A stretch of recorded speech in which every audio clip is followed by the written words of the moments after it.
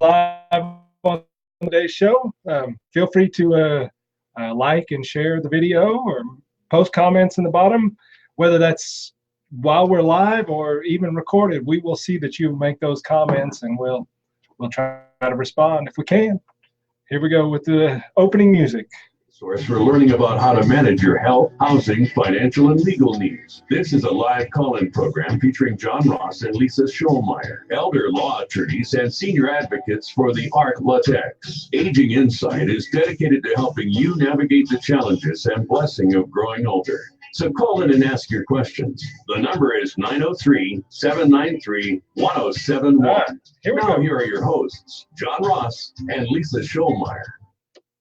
Welcome to Aging Insight, everybody. This is your host, John Ross, here live in the studio with my faithful co-host, the number one, Lisa Schulmeyer. Welcome. Thank as you try to get your headphones connected. Yeah, I realized they weren't connected. Yeah, well, okay, now we're good. You're connected now. So you are listening to Aging Insight. This is the absolute best place to get information on your health, housing, financial, and legal needs as you are preparing for or living in retirement. Woohoo! Woohoo! It's a dream. That's right. It's a dream for many and a reality for many as well. Yes, that's right. So, so Aging Insight, we come to you on Saturdays, and generally we're here live in the studio as we are today. So keep our number handy. That's 903-793-1071.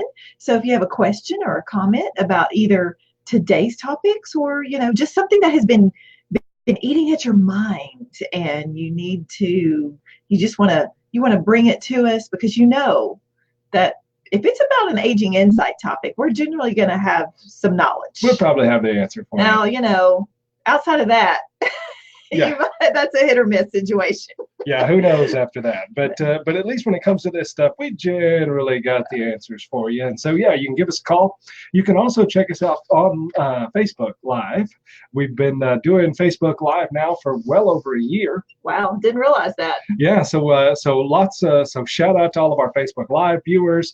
Welcome to all of y'all. And if you're not on Facebook, well, first of all, get on Facebook. You might as well. Everybody else is doing it. Everybody's worried about Facebook and all the information, but here's the deal.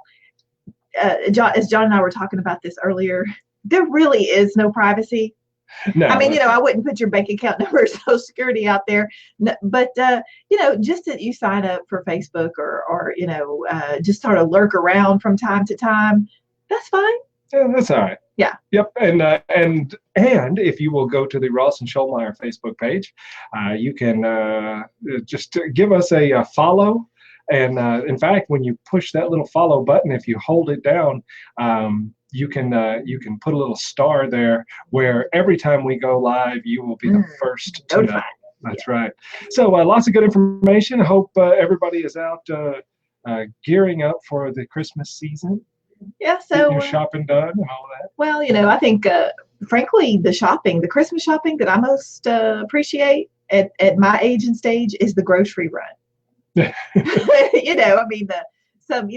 Those home cooked snacks and meals, and as Leanne likes to say, we have lots of finger foods. That's right. At Christmas time. So speaking of which, you need to make some cheese sausage balls. Yeah, no, that's on the list. I got to get ingredients. All right. So while you're sitting at home making your own sausage balls, you're gonna hear about some information today. We got a couple of different things to talk about, and we'll just kind of dive right in. Yeah. Because the first one was related to some information that we've started seeing here just in the media related to some new quote benefits unquote with certain Medicare plans. That's right, John. Of course, the Medicare open enrollment period just closed. It is. It is over. That closed December 7th, but that's okay because the information we're about to share with you really didn't impact you for this year in our listening area. But I think next year, it just might. So we'll tell you about it now. You can tuck it away, and then maybe we'll refresh you next year. But there was a big to-do during the weeks during the Medicare enrollment period, that there were some plans that were offering in-home personal care through the Medicare, certain Medicare Advantage plans. Right.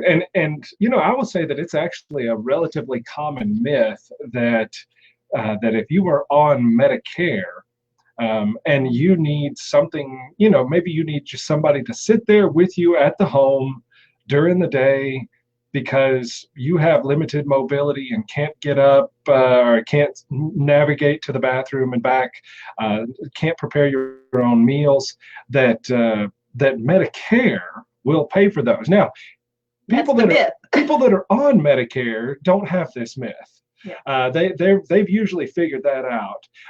But that service is just not available. But the younger generations, the ones who are often trying to help their parents out after their parents have had a stroke or something like that, they often are quite surprised to find that there is basically no benefit as it relates to things like in-home care attendance. Right. So when we're sitting there visiting with an adult child who is just doing their best to take care of a parent after a health crisis, and they're talking about their parents' healthcare needs, and John, this often comes up when a child lives away. They live in the big city, but mom or dad lives back here in our little community, and so the child's here managing mom or dad's crisis, but they know they're going to have to go back to work in the big city. And so they know that mom and dad cannot stay home alone.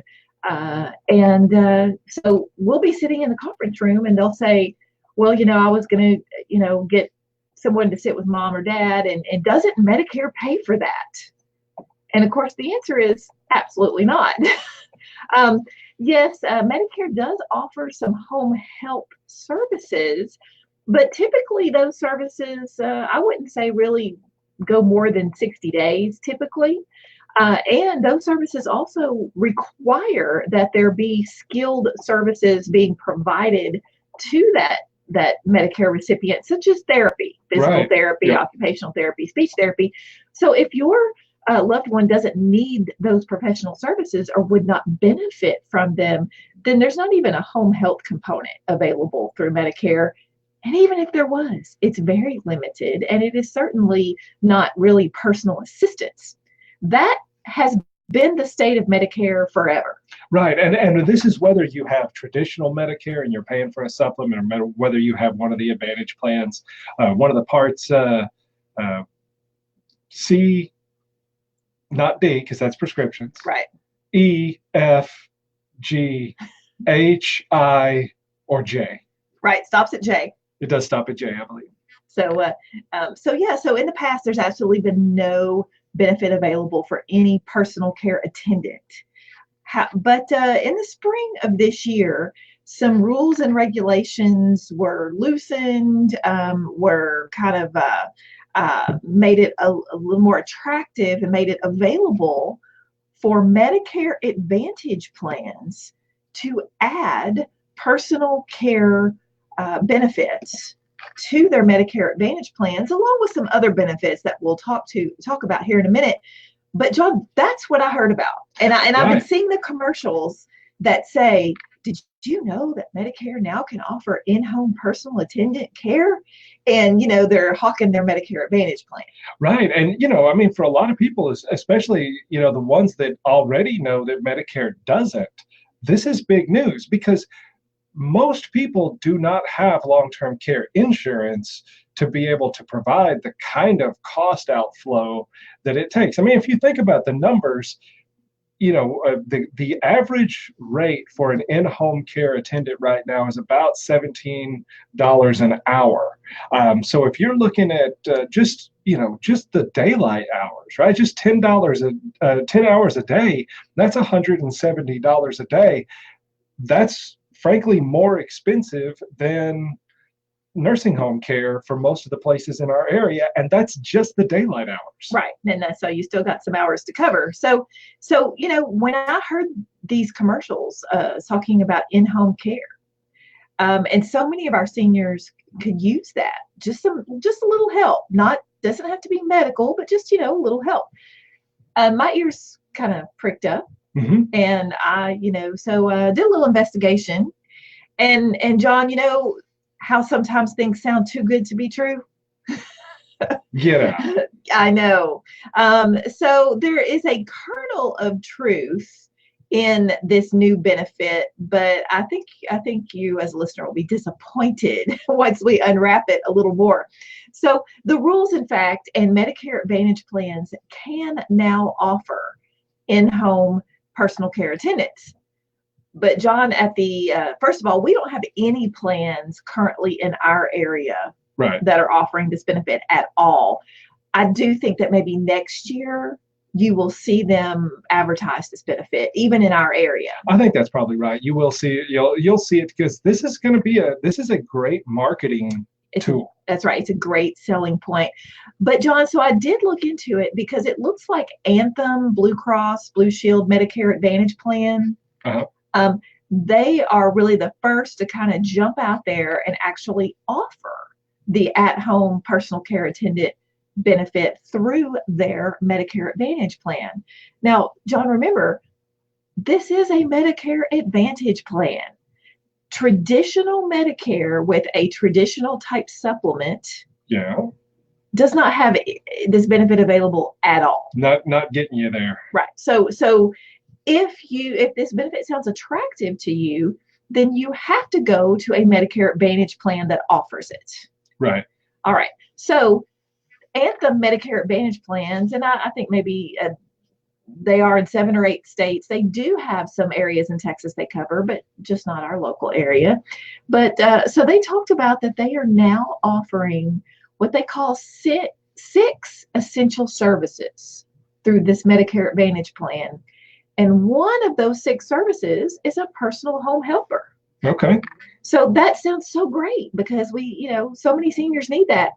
But John, the detail is the benefit is limited to only 124 hours of personal home helper assistance per year. 120 hours a year. 124 hours a year, yeah, John. Yeah, I don't want to shortchange them by 4 hours. So even if we were talking about an 8-hour day, that would be about 15 days in a year of personal home helper services. And let's just be perfectly clear here. If you need somebody 8 hours a day, there's no situation where you only need 15 days of it. Right. I mean, there's if you think about it from the standpoint of, okay, I had rotator cuff surgery about a year and a half ago. Yes, I recall. You do recall. And why do you recall this? Because you were incapacitated. I was incapacitated. Now, I was really only really incapacitated for the first couple of days. Oh, okay. We'll go with that. Okay, we'll go with that. If that's how you want to remember it. All right. I couldn't get out of my little arm thing, and I needed help getting in and out of the shower and stuff. Sure. And so, I guess if I had been a single person with no family support, then maybe I probably could have used those. A few days. I could have used a few days of something like that. So being young and being able to recover from what was essentially an elective surgery. I mean, I could have kept I could have just let the shoulder hang. Yeah, I had some cortisone shots and gone on. But that's something that you're going to recover for. And so, a benefit like this. But what most people think of when it comes to needing that in-home care attendance is for things like Alzheimer's. Right. Or stroke. And we're talking about permanent situations. Yeah, continuing need. That's right. And so it's just not going to get you there. Yeah, so this benefit that you're going to hear about on all these commercials and everything, I guess they do offer it, but it's only 124 hours a year is the current structure of one of the Medicare Advantage programs. And you know what, John? Let's take a break, and I want to come back and talk about why that is still not a good reason to switch to a Medicare Advantage program. That's right. And we're going to have some more stuff a little bit later on in the show about some important ages as you go through retirement. And so lots of good information today. Stick around. We'll be right back. And thank you to everybody watching on Facebook. Medicare Advantage blows. And all you got to do, I've had people lots of times, and they'll ask me, and I'll probably say this on the radio, but people will say, well, John, should I go with traditional Medicare and pay for a supplement, or should I go with Medicare Advantage? Oftentimes, the Medicare Advantage looks more appealing from a financial standpoint. Oh, yeah, absolutely. Maybe it's a little cheaper, or maybe it's roughly the same price, but they're offering a bunch of additional services. Yeah, like vision, dental, things like that. And so they'll ask me, well, John, which one should I get? And of course, I don't sell insurance, so I'm not really in a position to advise them on that. But here's what I usually say: call one of the people that deals with insurance at the hospital, or at a nursing home, or at a rehab therapist. Yeah, call a home health agency and ask any of them the same question. And I guarantee every single one of the people in the medical professional field will tell you traditional Medicare, go with that, drop the Advantage. Yep. Don't really have anything to add to that, because that has been across the board. It's not that things have changed I guess, but things have changed. But the Medicare Advantage plans, if you are just retired and you are healthy as a horse and you want to save a little money for a year or 2 or 3, okay, fine. But as you get older, you definitely want to be on a traditional Medicare and traditional supplement plan. And the deal with that, John, is if you do take the risk and roll the dice to be on that cheaper Medicare Advantage plan when you just retire, it works as long as you don't have a major health crisis during that time. Yeah, so timing becomes a big deal there. Yeah. So well, and I just had this conversation with somebody at one of the boards that I'm on, that one of the hospital boards, and it was another board member was asking me, because he's a retired Texas teacher, and so the Texas teacher retirement system has been pushed to the Humana Medicare Advantage plan, whether you like it or not. But some friends of his have been telling him that he ought to drop it and go to the traditional Medicare. And I was saying the same thing. And as we were having this conversation, almost the entire hospital staff that's part of this board said, oh yeah, you definitely need to do that. So just kind of made my point there. All right, here we go, back live. 3, 2, 1. Have a question? Phone 903-793-1071. Now back to Aging Insight with John and Lisa. Welcome back, everyone, to Aging Insight. I'm Lisa Scholmeyer. We're here live in the studio with John Ross. That's me. And so today, the first part of the show, we've been talking about this new Medicare benefit that we've heard lots of advertising about, and these personal home care attendant services, which now I have revealed to you, the listener, that those personal care services are maximized at 124 hours per year, which is a couple of weeks at 8 hours a day. So John, already our listeners can tell that is not a great benefit. If you paid out of pocket for the same amount of hours, you'd be looking at a couple of $1,000. Right. So yeah, that's nothing to sneeze at. But here's the alternative. In order to get any hours under a personal care program through Medicare, we talked about you have to be on a Medicare Advantage plan that offers that service. Right. Now, if you're on a Medicare Advantage plan, then you are not on traditional Medicare with presumably with a supplement that you purchase separately. And John, here's where the rubber meets the road. If you have a health crisis and you have a traditional Medicare and a supplement, and you have some rehab that you need to get you back up on your feet, get you back home to be independent, a day of rehab, if you had to pay for it out of pocket, cost over $600 a day. Right. if you're on traditional Medicare, you're going to get an average of 63 days of rehab services. Yeah, and potentially up to 100. And potentially up to 100. That's right. At $600 a day, that's a That's a nice big chunk. Yeah. On a Medicare Advantage plan, which will say they offer the exact same services that traditional Medicare offers. They will say that, but John, a Medicare Advantage plan is a managed care plan. Right. And by managed, they mean limit how much they pay. That's right. So if you're on a Medicare Advantage plan and you find yourself in the need for rehab services, you're going to get an average of 28 days of rehab. Right. So a difference of roughly 30 plus days. 30 plus days at, like you said, $600-700 a day. Right. And so, yeah, that's a big difference. So, switching to one of many.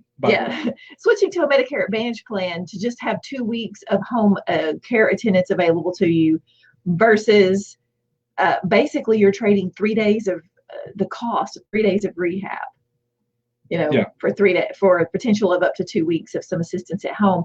And trust me, I don't think that trade-off is worth it. No, it's not. And you need to look at some of the other issues related to this. I mean, it really, there's just a lot of problems. And again, I mean, just for our radio listeners, you can't see that as soon as we start talking about this, we've got people on the Facebook Live that are commenting and saying, this is exactly how it is. And, and these are people who are actually in the business of dealing with these insurance companies on a day-to-day basis. And so, they know, and they know how bad it is. And we see it, because we have people coming wanting to try to figure out how they're going to pay for the care. And so, I really don't see this home care benefit being all that great. There's a number of other benefits that they are advertising, food delivery, transportation. That's a big one. But, even the transportation services that these Medicare Advantage plans are advertising, it's only 60, that is 60, one-way trips. So to take you to the doctor and back, that's 2 one-way trips, right? Right. So that's really only 30 trips. So it's a maximum of about 30 trips. So, we're not talking about weekly transportation to get your errands done. We're talking about and think about it. These days, like even in Texarkana, we've got Uber. You're talking about so that's 30 trips. Round trip in Texarkana anywhere is probably $10. So they're also advertising now that they will provide food delivery, because sometimes, John, that's a big deal. But yet that food delivery is only up to 64 deliveries. So, and I get it, everything costs money. They have to limit how much service they offer because there's only so much money to pay for it. But don't fall victim to the advertising.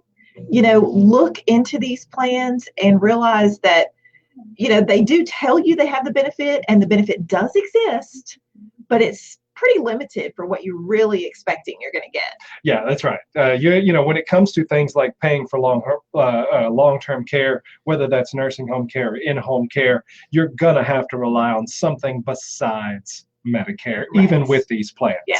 All right. Well, we're rolling up against the bottom of the hour news break. Hope you'll stick around. We got some good retirement age issues to talk about when we come back. Should be a good rest of the show, so stick around. All right, and thank y'all for continuing to stay with us. This is good marketing on their part. Oh yeah, no, it's great, because all the commercials that I saw about the plans and the articles on the internet, they never said how much service they were talking about. They just said, did you know Medicare can now pay for personal in-home care assistance or attendance? But they never said such in-home care assistance is limited to 124 hours total on an annual period basis. Yeah, I never said that. They never said that. So, and I wonder, and this is something that I've never looked into, but I wonder if the Medicare Advantage plans pay higher commissions to the agents than traditional Medicare supplement plans. Yeah, I don't know. It's a good question. That is a good question. Yeah, because maybe something we have to look into. yeah, a lot of the Medicare Advantage plans, they can offer services beyond what Medicare will offer. And you'll see like health club benefits. Yeah. Which, by the way, I didn't mention this, but the Silver Sneakers program, for the most part, it's about to be done. Yeah. So there's been an uproar. So maybe we'll see how that goes. But the United Healthcare, who's really been a big backer of that Silver Sneakers program, is pulling out. So that will reduce the benefit of discounts and things like that to seniors that participate in that.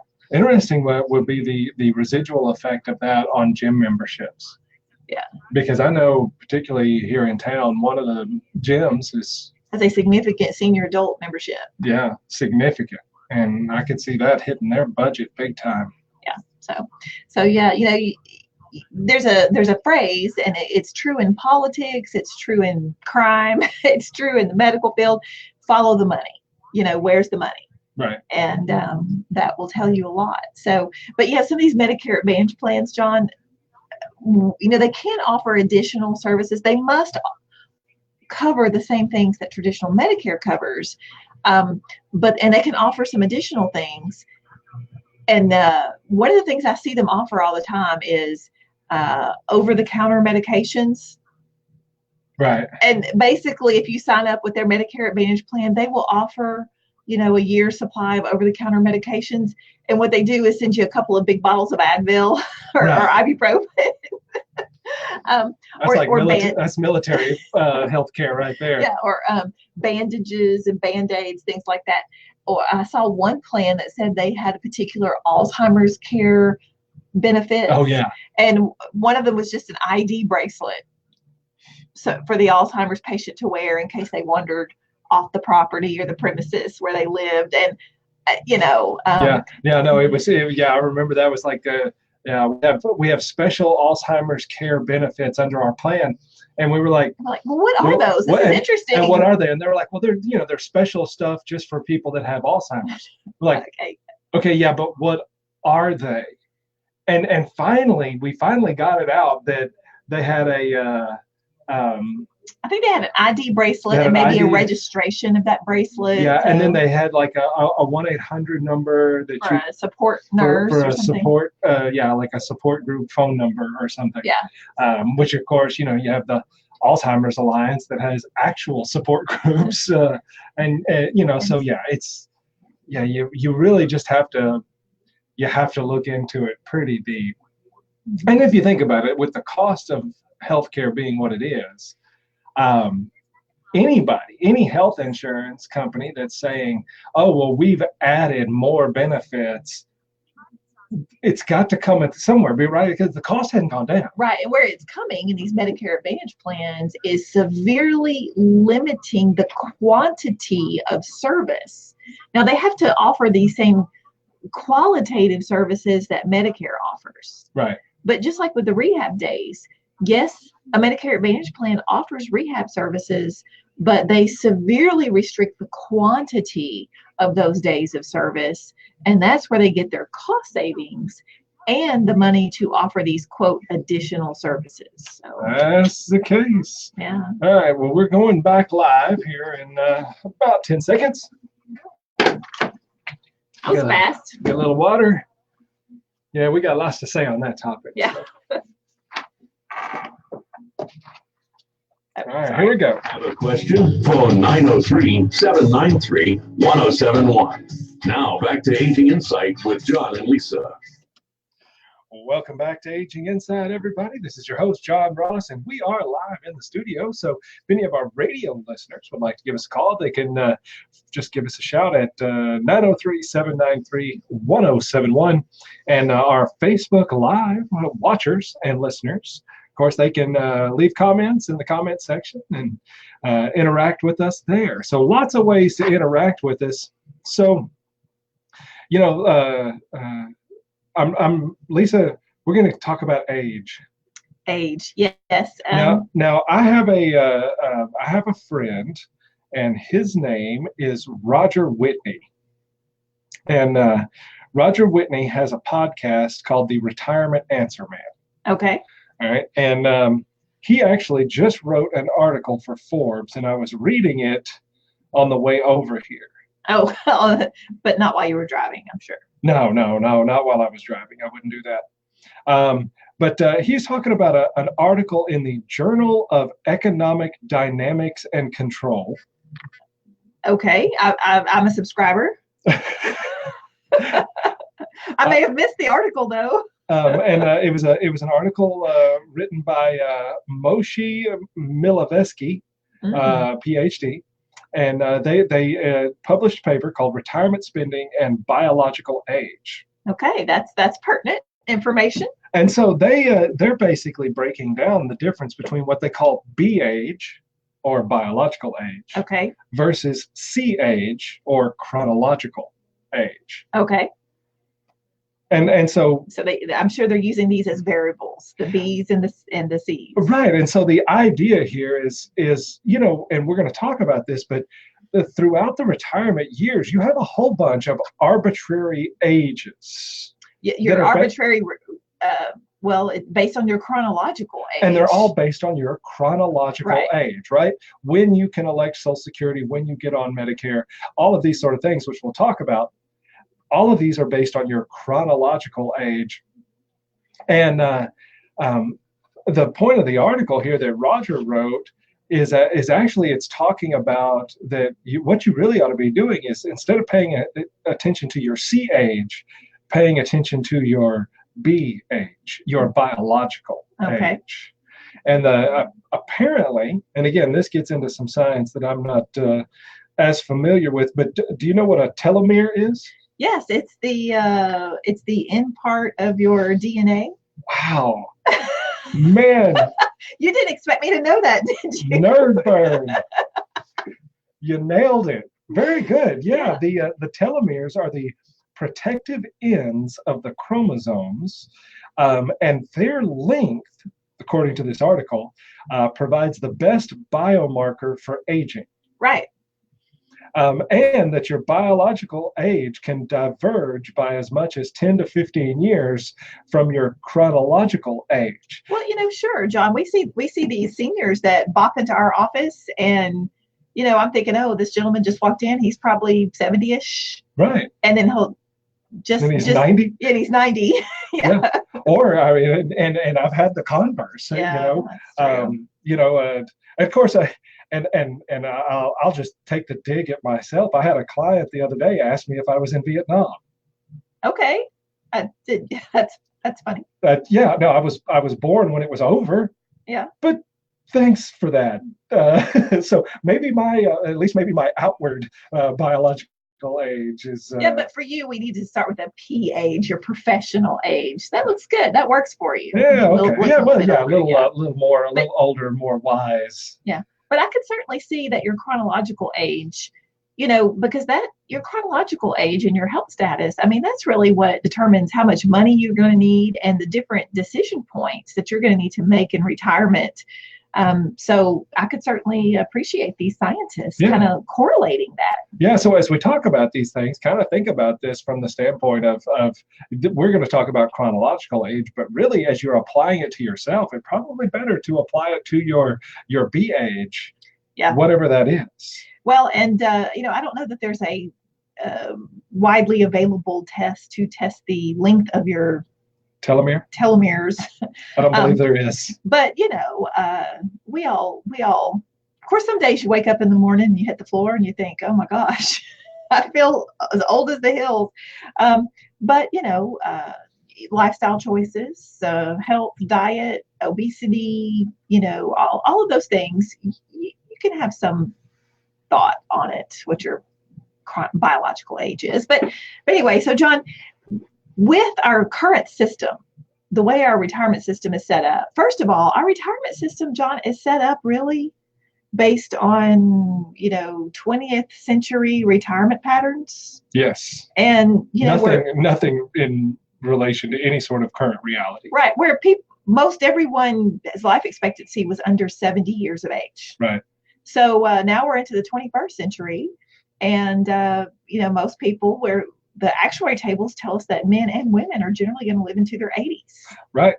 So, so we're set up in a retirement plan and age decisions based on, frankly, being dead by the time you're 70. But that's not the case for most of us, hopefully, if we're blessed. But so we have different ages that you have to make decisions or that you have opportunities. And so I thought we would kind of hit some of these today. Yeah, we'll hit the big ones. So we're going to start, we're going to go in chronological order while we're at it. So we'll start with age 50. All right, so age 50. So, this is one that's dear to your heart. It is, because I can see it on the horizon. It's almost right there. But at age 50, our tax code has given you an incentive to save more for your retirement. Right. And John, here's the deal. 25-year-old people, they think that retirement is so far away that it's never going to happen. They're never going to get there. They're just worried about paying off their student loans and making their car note. Yep. Okay, but by the time you turn 50, all of a sudden it's pretty real to you that someday you would like to retire. And so right now our tax code, so when you turn 50, you have the opportunity to save $1,000 a year more in your IRA. Right. Than you could previously. And what would that be? What, 5,500 to 6,500? Yeah, I believe that pushes you up at about 6,500 that you can. Okay, so it says you can save $1,000 more a year and still get the tax deduction for it. Yep. And then if you participate in a 401k plan, you can save up to $5,500 more in that 401k plan. So that puts you up to where, if you could max it, you could save up to $23,000, I think, in that 401k plan. And of course, savings is hard, just because, we spend our money. Yeah, most sure. people, they spend what they earn. But by age 50, the fear of retirement, the hope for retirement and fear of retirement are right there. And sometimes people do get a little more motivated to save. So at least our tax code will give you a tax break for saving more. Yeah, and I mean, I know that age 50 is kind of the bottom factor for where we see people start doing estate planning. Yeah. You generally cannot get people under that age to really help with much. Yeah. They still want to do estate planning. Not thinking about it. So 50 is one age, John, and probably for most people, the next big age that we'll hit is 59 and a half. Okay. So 59. So from 50 to 59, you can just be saving more for retirement. But at 59 and a half, that is the age where you can start, if you were to start taking out money from your retirement. Yep, then no more penalty. You don't have a penalty. Normally, if you put money back in retirement and you withdraw it and you are under age 59 and a half, you will pay both an income tax on that withdrawal as well as an additional 10% penalty.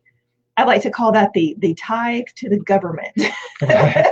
But after 59 and a half, you can withdraw retirement funds out of that IRA, out of that 401k. And at that point, you still have to pay the income tax on it if you have saved it and, as a retirement savings. But you don't have to pay that 10% penalty any longer. Right. And John, really, isn't that rule really designed for, when we didn't think you'd live another 10 years? Yeah, seriously. I mean, if you were going to, if everybody in your family was dead by 65. Well, maybe you should definitely take advantage of that. But really, generally speaking, unless there's a really good reason, you really shouldn't be taking any money out of that retirement account at 59 and a half or around there, because, you're going to live another 30 years, 25 years. Now, there's a whole nother thing that we're not going to talk about, but if you've been using a Roth IRA for purposes of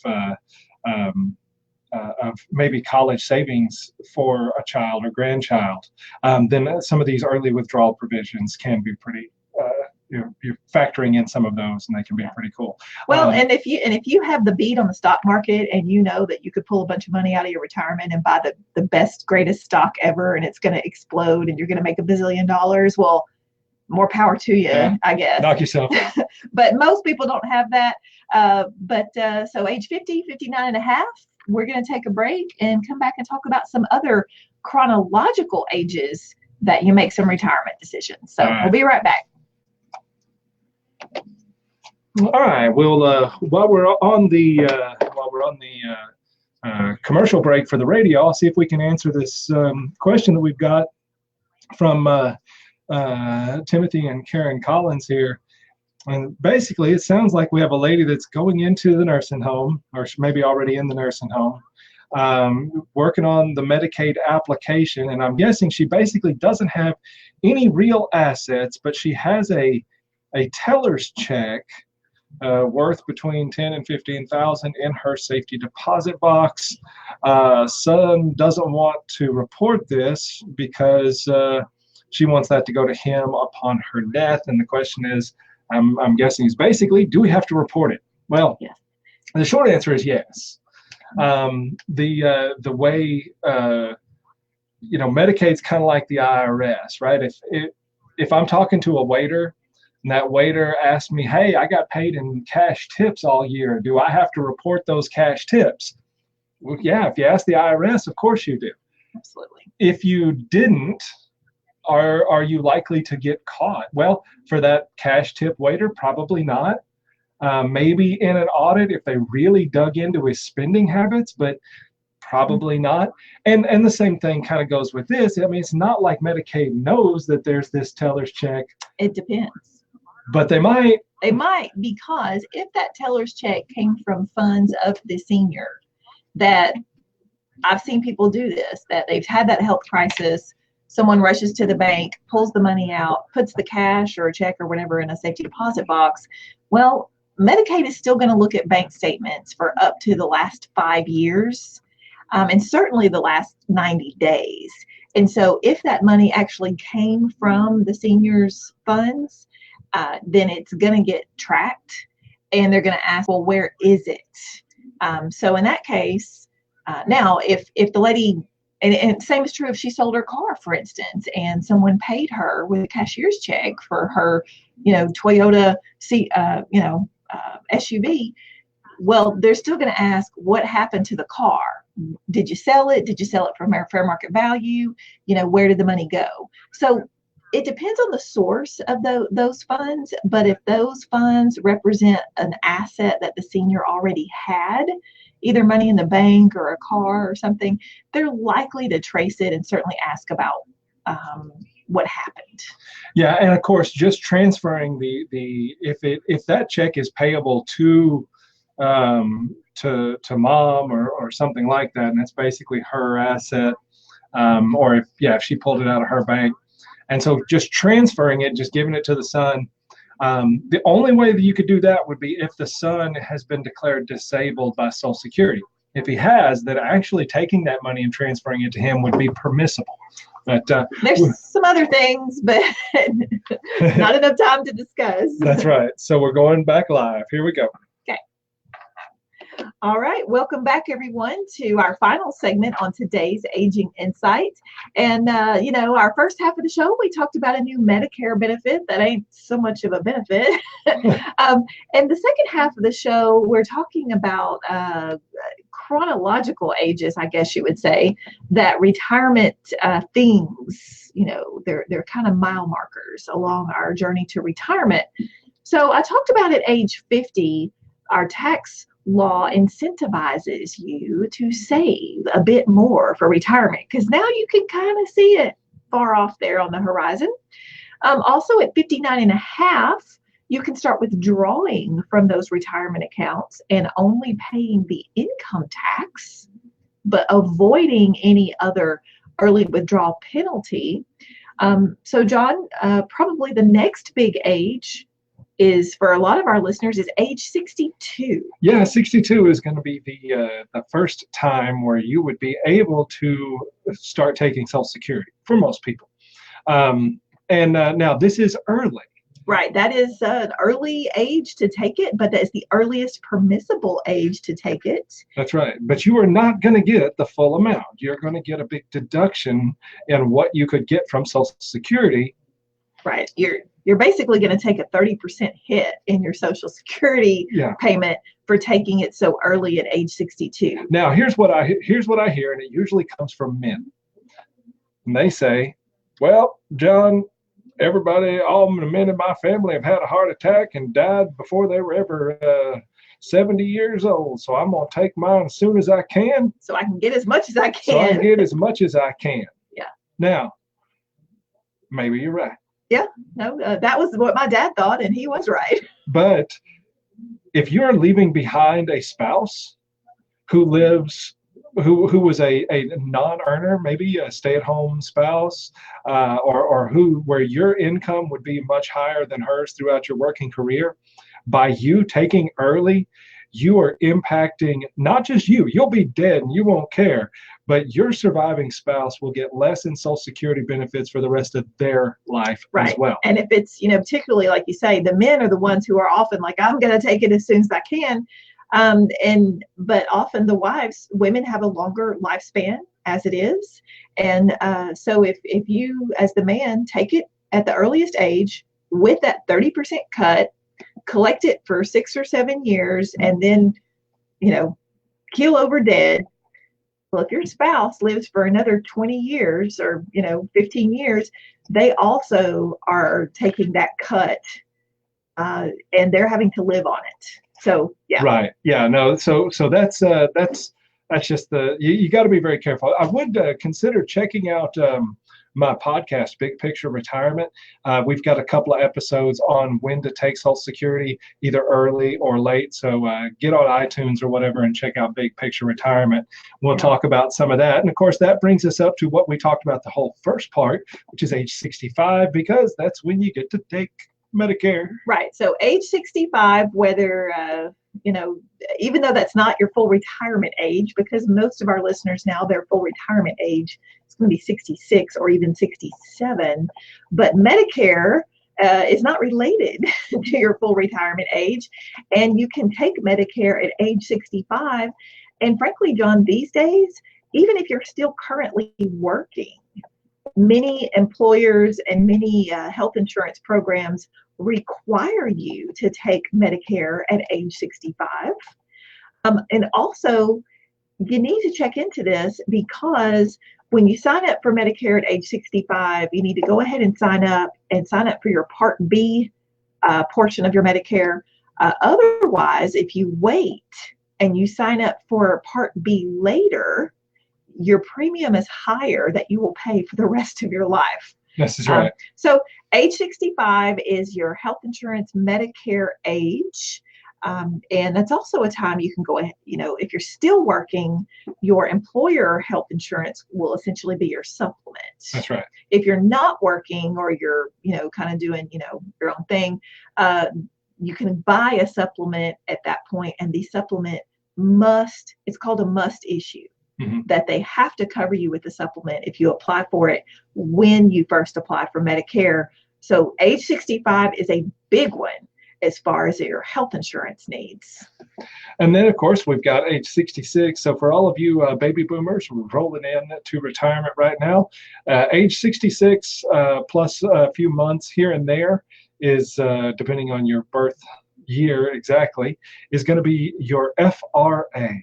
That's right, your full retirement age. So if you did not take Social Security early at age 62, or at any time up until your full retirement age, well, now if you take Social Security at your full retirement age of 66, then you are collecting 100% of your available benefits. Right. Yeah, so that's the full retirement age for all you baby boomers rolling in. Now for the rest of us, late baby boomers. Yeah, for the rest of us that have been that were born in after 1960. After 1960. Well, it doesn't matter. Medicare, Social Security be broken. There won't be anything anyway. So. Yes.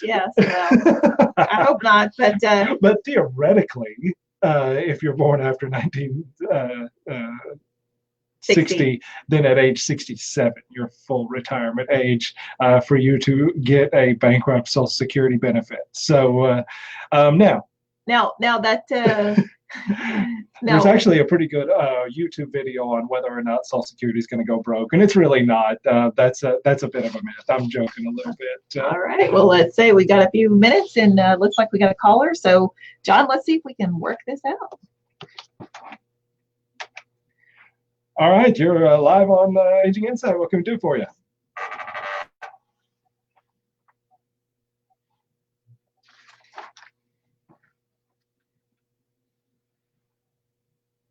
Right. So your question is if you just say, you know what, I'm just not getting Medicare, I'm going cold turkey, no insurance whatsoever, can they take your house or anything like that? No.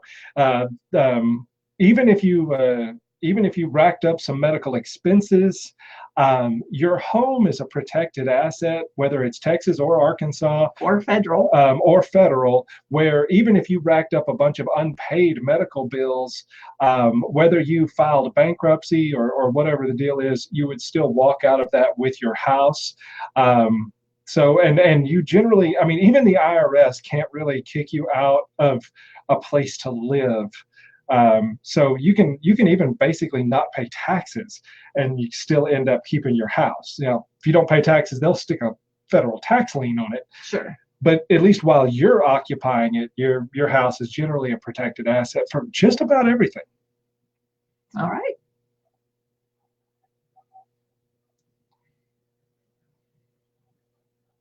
Right.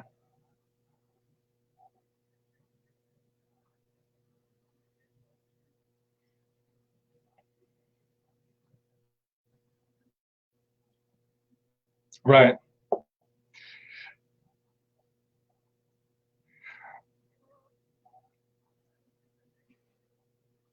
Yeah, well, you'll get you get Medicare Part A is actually no cost, but that's just your hospitalization. That's your hospitalization benefit, and it only covers 80%. And then Part B is what they generally deduct out of your Social Security check, which right now I think that's $130 a month. Yes. And then again, that covers your doctors and nurses. But again, it only covers 80%. Yeah. Supplements, they are expensive. They can be anyway. Yeah, so we do have a lot of people that just carry Medicare Part A and Part B, and they pay the $130 for the Part B, and they just don't carry a supplement because typically, if you file for your Social Security, they're going to take out your Part B typically. Anyway, and if your income is below certain limits, then there's things called the Qualified Medicare Beneficiary Program, or QMB, which actually pays that premium for you. That's exactly right. So if the income's below certain limits, then they'll take care of that anyway. So all right, well, we're running here up toward the end of the show, so we're gonna have to cut that call off. All right. Yeah, we're already into the music. Yep. All right. Well, listen, you've reached the end of another edition of Aging Insight. Hope you enjoyed the program today. And of course, we will be back next Saturday. Yeah, we will. We'll see you then. Bye-bye. Bye. And, for all of y'all, we only got to 66. Yeah. I mean, I had little things already ready to go for age 70, which is the highest age you can take Social Security. You get about 130% of your benefit if you wait all the way to 70. Yeah. There are some good reasons to do that, and there are some dumb reasons to do that. And then, of course, age 70 and 1/2 is when you have to take stuff out of your retirement accounts. Those are the required minimum distributions. And again, if you want more information on the Social Security or the retirement accounts, there's several episodes of Big Picture Retirement that you can check out. Just go to either bigpictureretirement.net on the internet, or your favorite podcast app like iTunes or Podcatcher. Was that what you were using? Pocket Casts. Yeah. Lisa listens to all those. Okay. On that note, we'll see y'all later too. Bye-bye.